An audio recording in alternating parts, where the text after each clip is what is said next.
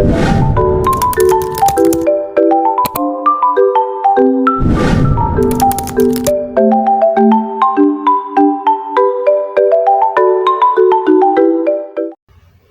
generasi Z dalam berinvestasi pada reksadana. A. Pendahuluan.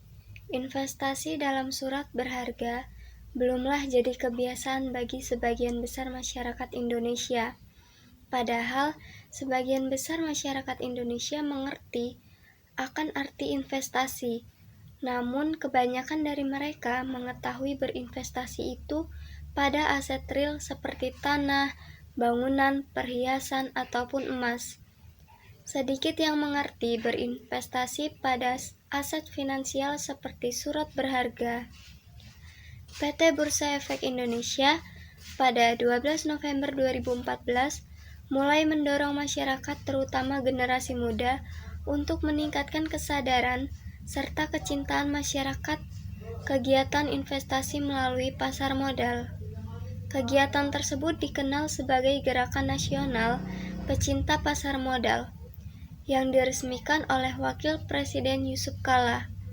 Program tersebut untuk membekali masyarakat dengan pengetahuan dan cara berinvestasi yang benar di pasar modal melalui program sosialisasi dan edukasi. Dalam program tersebut diluncurkan produk sahamku dan reksadanaku sebesar Rp10.000. Masyarakat sudah dapat menjadi investor di pasar modal. Dibandingkan produk saham, ternyata masih banyak masyarakat yang belum mengenal tentang reksadana. Investasi yang sehat adalah saat kita dapat menyebarkan resiko yang ada, agar terhindar dari kerugian yang besar. Bagi investor yang belum terbiasa melakukan transaksi saham, atau investor yang tergolong cari aman, maka reksadana adalah pilihan yang pas. Kenapa? Karena dana yang kita investasikan pada reksadana jumlahnya relatif kecil, akan digabungkan dengan dana dari investor lain untuk diinvestasikan ke berbagai portofolio surat berharga oleh manajer investasi, pihak ahli, pengelola investasi surat berharga yang mendapat pengakuan resmi dari negara atau OJK. Jika ada beberapa portofolio yang turun harganya, maka tidak menutup kemungkinan portofolio lainnya mengalami kenaikan harga, sehingga rata-rata harganya masih bagus. Berdasarkan pengalaman rata-rata investor reksadana mengalami keuntungan. Investasi adalah komitmen atas sejumlah dana atau sumber daya lainnya yang dilakukan pada saat ini dengan tujuan memperoleh sejumlah keuntungan di masa datang. Jadi, pada dasarnya, investasi adalah membeli sesuatu yang diharapkan bisa dijual kembali di masa yang akan datang dengan nilai yang lebih tinggi. Waktu yang dikorbankan untuk belajar, investasi dibahas berkaitan dengan pengelolaan aset finansial, khususnya sekuritas yang bisa diperdagangkan. Sedangkan kegiatan investasi secara umum dapat dilakukan pada sejumlah aset seperti 1. Aset real, meliputi tanah, emas, mesin, atau bangunan. 2. Aset finansial, meliputi deposito, saham, obligasi, option, dan reksadana. Ketiga, aset finansial adalah klaim berbentuk surat berharga atas sejumlah aset-aset pihak penerbit surat berharga tersebut. Sedangkan pihak yang berinvestasi atau investor dikelompokkan menjadi dua, yaitu pertama, investor individual, yang terdiri dari individu yang melakukan aktivitas investasi. Kedua, investor institusional, biasanya terdiri dari perusahaan-perusahaan asuransi, lembaga penyimpanan dana, lembaga dana pensiun, maupun perusahaan investasi. Pengelolaan keuangan yang baik perlu dimiliki oleh setiap individu. Salah satu cara mengelola keuangan untuk masa depan adalah dengan investasi. Investasi merupakan bentuk penanaman modal yang dimiliki dalam waktu tertentu dengan harapan mendapatkan keuntungan. Investasi penting dilakukan untuk dapat menyiapkan kebutuhan yang terencana dan tidak terencana, serta dapat menjadi nilai aset yang dimiliki agar tidak tergerus inflasi. Menurut laporan Kustodian Sentral Efek Indonesia, jumlah investor di pasar modal terus meningkat, meskipun perbandingan dengan total populasi Indonesia menunjukkan proporsi yang rendah.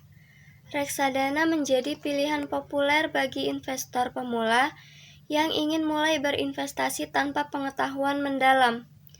Menurut Undang-Undang Nomor 8 Tahun 1995, reksadana adalah alat untuk mengumpulkan dana dari masyarakat dan menginvestasikannya dalam berbagai efek oleh manajer investasi. Data dari KSEI menunjukkan peningkatan yang baik dalam jumlah investor reksadana, mencerminkan minat yang kuat dalam instrumen investasi ini.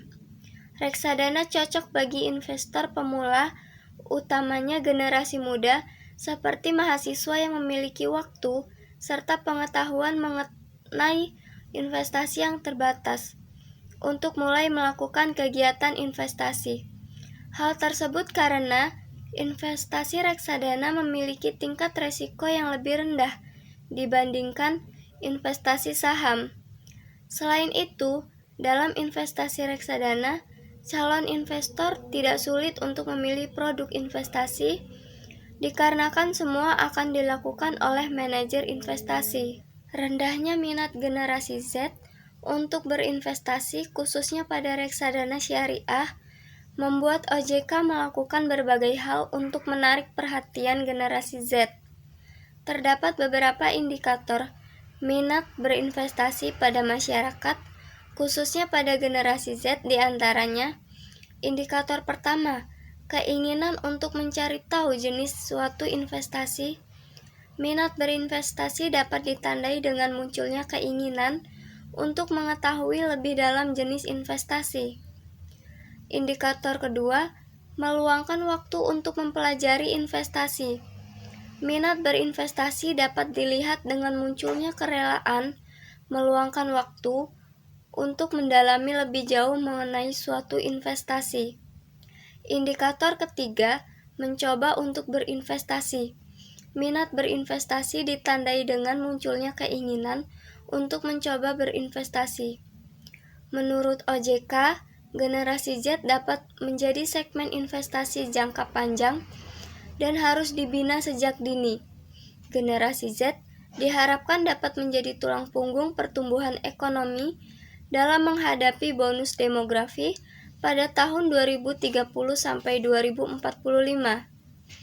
Tetapi, salah satu sifat yang berkembang di generasi Z adalah sifat konsumtif yang tidak berhubungan dengan keperluan, walaupun telah memulai investasi. Sebagian besar generasi Z masih merasakan berada sebatas pada pengetahuan dasar dan mereka merasa membutuhkan lebih banyak ilmu mengenai investasi.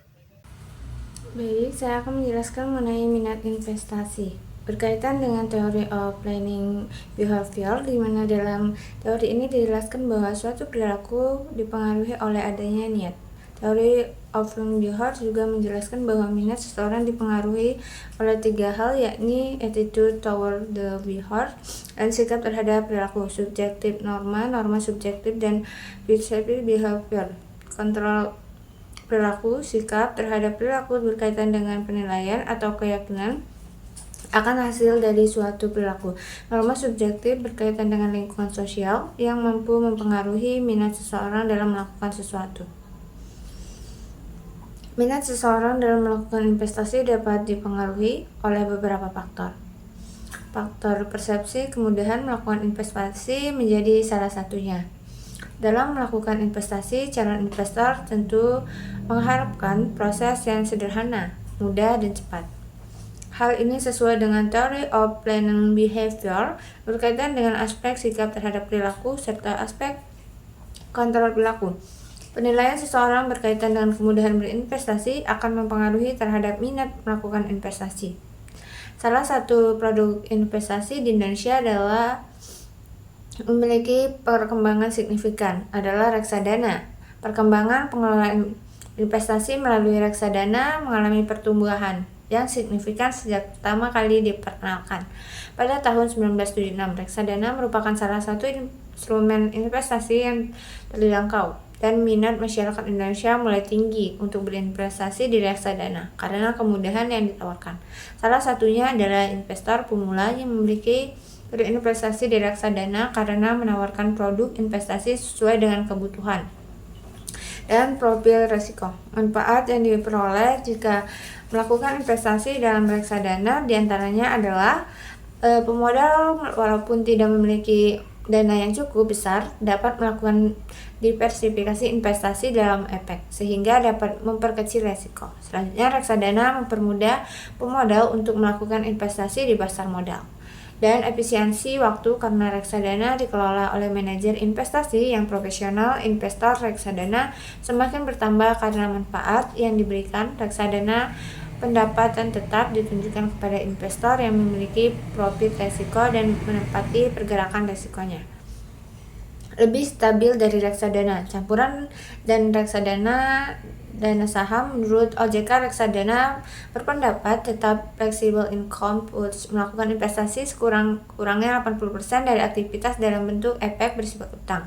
Reksadana ini memiliki resiko yang lebih relatif besar dari reksadana pasar utang. Tujuannya adalah untuk menghasilkan tingkat pembelian yang stabil. Penelitian kinerja suatu reksadana menjadi hal yang penting tidak hanya bagi masyarakat pemodal tetapi juga bagi para manajer investasi sebagai pengelola reksadana. Bagi masyarakat pemodal, kinerja historis suatu reksadana merupakan salah satu bahan pertimbangan bagi mereka di dalam pemilih reksadana. Reksadana yang memiliki kinerja lebih baik tentu akan lebih menarik minat masyarakat pemodal untuk dijadikan sebagai instrumen investasi.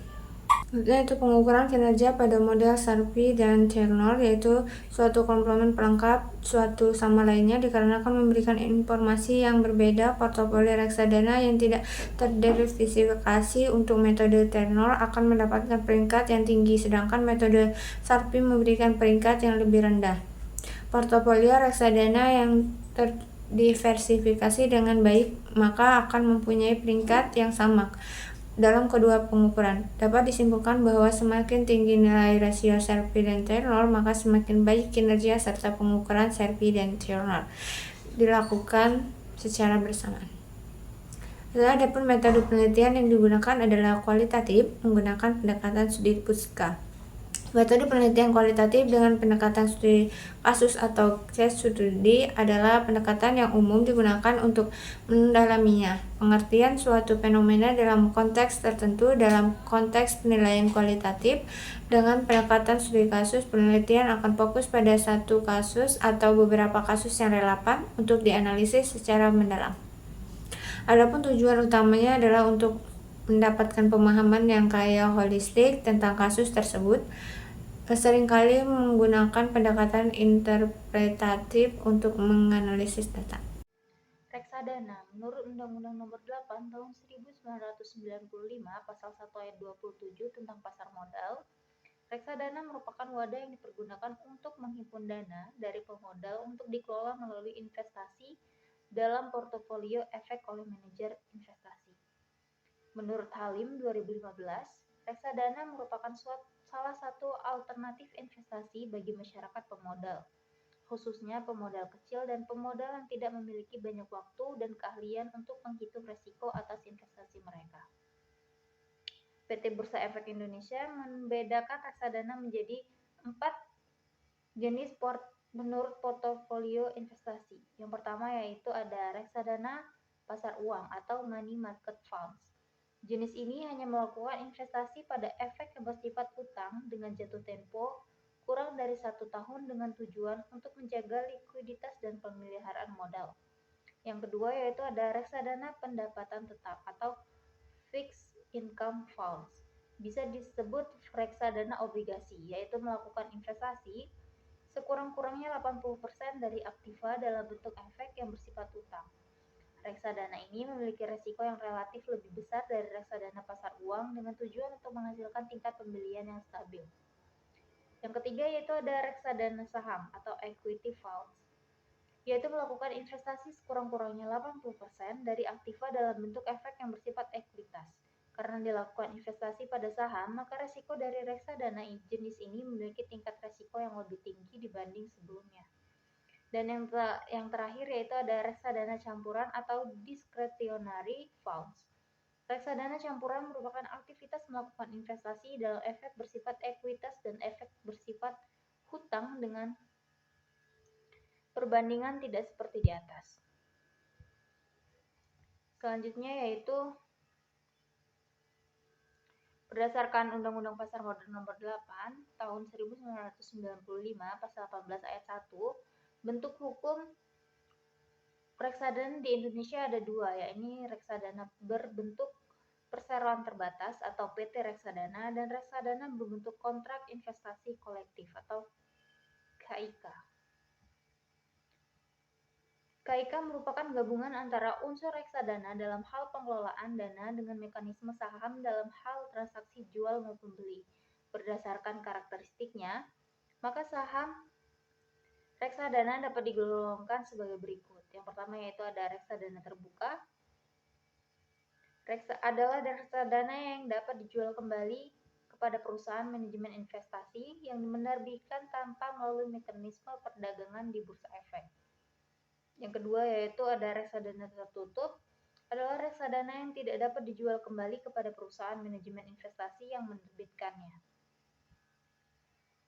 Adapun jenis-jenis dari reksadana yang ada di Indonesia, yaitu reksadana pendapatan tetap. Reksadana yang melakukan investasi sekurang-kurangnya 80% dari dana yang dikelola atau aktivanya dalam bentuk efek bersifat utang.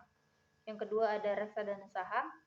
Reksadana yang melakukan investasi sekurang-kurangnya 80% dari dana yang dikelola dalam efek bersifat ekuitas.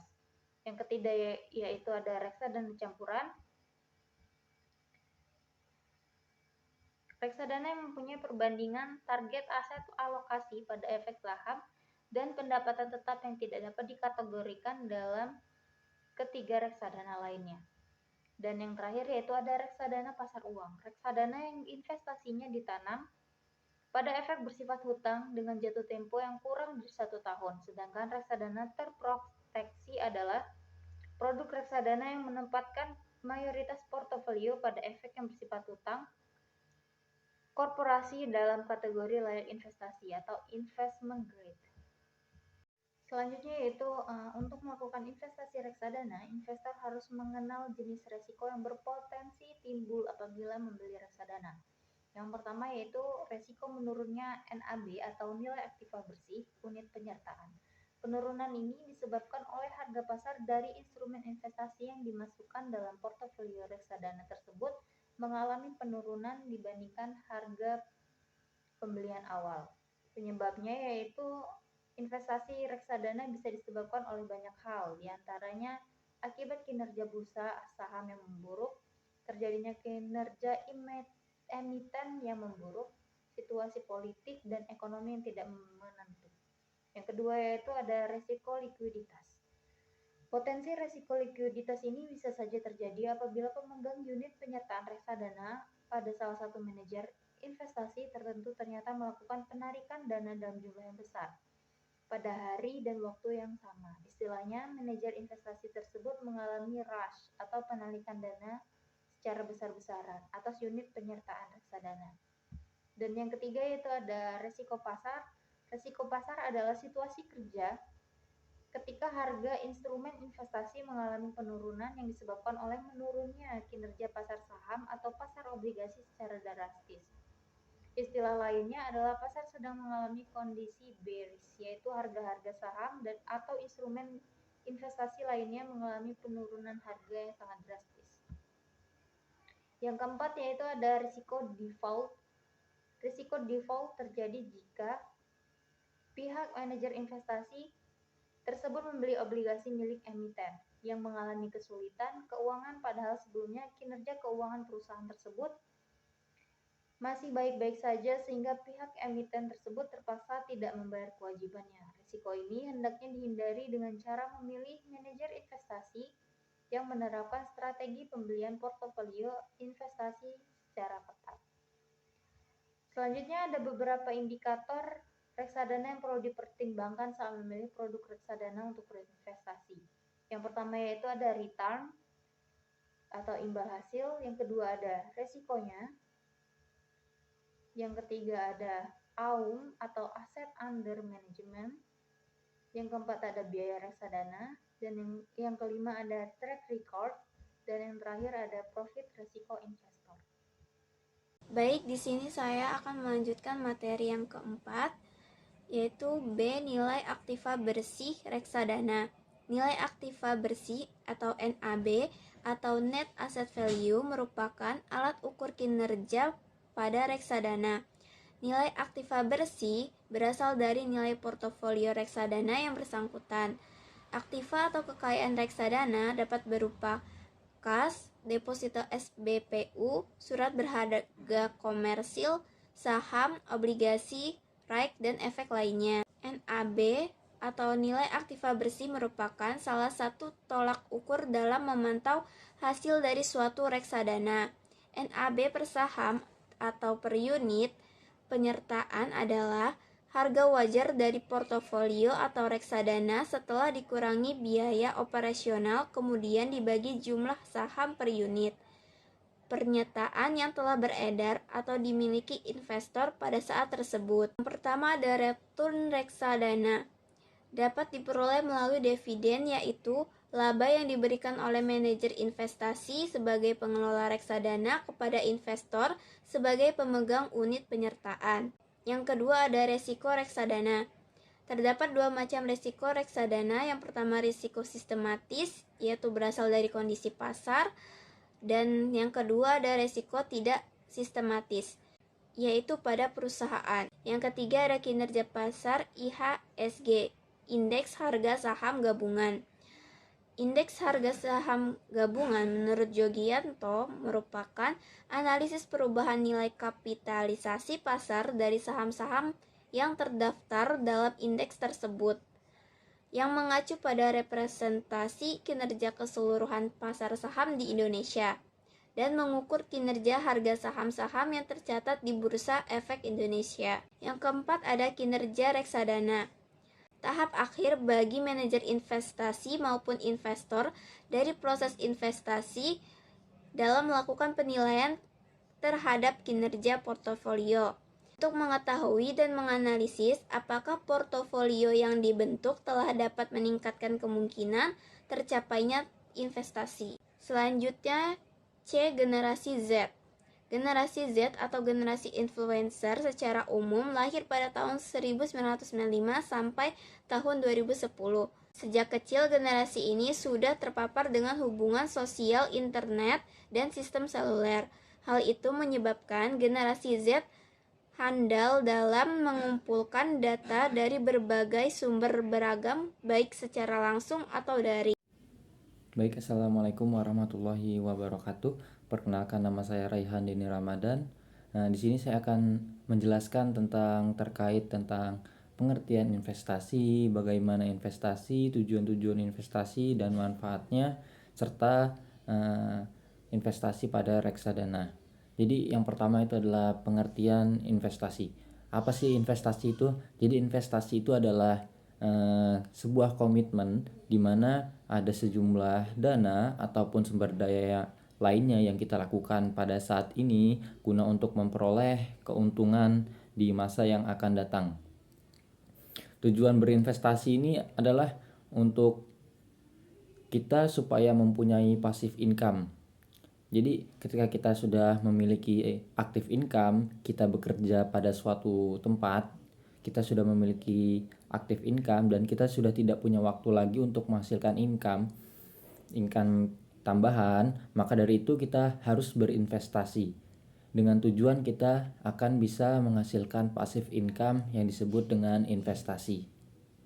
Jadi investasi ini merupakan suatu hal yang sangat penting ketika kita ingin memperoleh keuntungan pada masa yang akan datang. Jadi manfaat investasi pun kita bisa memperoleh keuntungan pada masa yang akan datang dengan cara kita menghasilkan passive income yang sudah kita investasikan, bisa itu sejumlah uang ataupun aset yang kita investasikan guna untuk masa depan kita, untuk menambah penghasilan kita, untuk menambah pendapatan kita. Karena investasi ini merupakan passive income. Jadi jenis-jenis investasi itu ada dua. Yang pertama ada investasi secara langsung dan juga ada investasi secara tidak langsung. Nah, investasi secara langsung itu ya tadi merupakan sejumlah komitmen yang secara langsung kita sendiri mengaturnya, bisa dari pasar uang ataupun pasar modal ataupun aset lainnya, atau seperti aset real seperti tanah, bangunan, emas dan lain-lain. Dan sedangkan investasi secara tidak langsung itu adalah sebuah investasi yang kita tidak mengelolanya secara langsung, dengan artian ada pihak yang mengelola investasi tersebut. Itu bisa disebut dengan, contohnya ada reksadana. Jadi investasi reksadana, kalau kita tarik apa sih investasi reksadana itu? Reksadana itu apa? Jadi saya akan jelaskan bahwa reksadana itu adalah sebuah wadah yang digunakan untuk menghimpun dana dari masyarakat pemodal untuk diinvestasikan dalam portofolio efek oleh manajer investasi. Jadi simpelnya seperti ini. Jadi ketika si A memiliki uang 20 juta, si B memiliki uang 10 juta, dan si C memiliki uang 30 juta. Dan mereka ini tidak tahu atau tidak punya waktu untuk berinvestasi secara langsung. Makanya mereka menginvestasikan uang mereka ataupun aset mereka kepada manajer investasi. Jadi sekumpulan uang dari 3 orang tadi itu, 3 orang atau lebih, itu dikumpulkan menjadi satu, lalu dikelola oleh orang yang sudah memiliki expert di bidangnya, yang sudah memiliki kemampuan lebih di dalam bidang investasi ini. Jadi uang tersebut akan dikelola oleh manajer investasi atau bisa kita sebut dengan broker. Nah, si broker ini akan mengelola modal-modal tersebut untuk dibelikan instrumen investasi, bisa seperti saham, obligasi, dan lain-lain. Lalu investasi reksadana ini ada beberapa macam. Yang pertama ada reksadana pasar uang, ada reksadana saham, reksadana campuran, dan reksadana indeks. Nah, dan setiap reksadana ini memiliki return dan resiko yang berbeda-beda, tergantung dari apa instrumennya gitu. Jadi apakah reksadana ini aman? Apakah uang-uang kita tadi kita titipkan kepada manajer investasi ini? Tentu tidak. Karena seperti ini. Jadi memang uang-uang yang sekumpulan orang itu dikelola oleh manajer investasi ataupun broker ini untuk diinvestasikan kepada instrumen-instrumen pasar modal. Tetapi uang ini tidak dipegang oleh manajer investasi, melainkan ada uang ini disimpan oleh bank kustodian. Itu ada namanya bank kustodian, itu untuk menyimpan dana-dana dari masyarakat tersebut yang ingin berinvestasi, dan manajer investasi ini hanya membantu mengelola dana-dana tersebut untuk diinvestasikan kepada instrumen-instrumen pasar modal yang ada, seperti reksadana saham, reksadana uang, reksadana pasar uang, reksadana campuran, reksadana indeks, dan lain-lain. Jadi reksadana ini merupakan salah satu investasi yang cukup aman karena lebih simpel dibandingkan dengan investasi secara langsung, bisa melalui saham dan obligasi. Ketika kita memiliki waktu yang sedikit, kita bisa memanfaatkan reksadana ini untuk berinvestasi, karena di reksadana ini sudah ada yang mengelola uang-uang kita. Sudah ada mengelola uang-uang kita, yaitu sebuah manajer investasi yang akan mengelola uang kita, yang akan menginvestasikan uang-uang kita terhadap instrumen-instrumen pasar modal tersebut. Sehingga kita memiliki kemudahan dengan berinvestasi secara tidak langsung ini karena bukan kita sendiri yang mengelola, tapi sudah ada ahli bidangnya yaitu manajer investasi yang mengelola uang-uang tersebut. Mungkin demikian yang bisa saya sampaikan, kurang lebihnya saya mohon maaf. Saya akhiri, wassalamualaikum warahmatullahi wabarakatuh.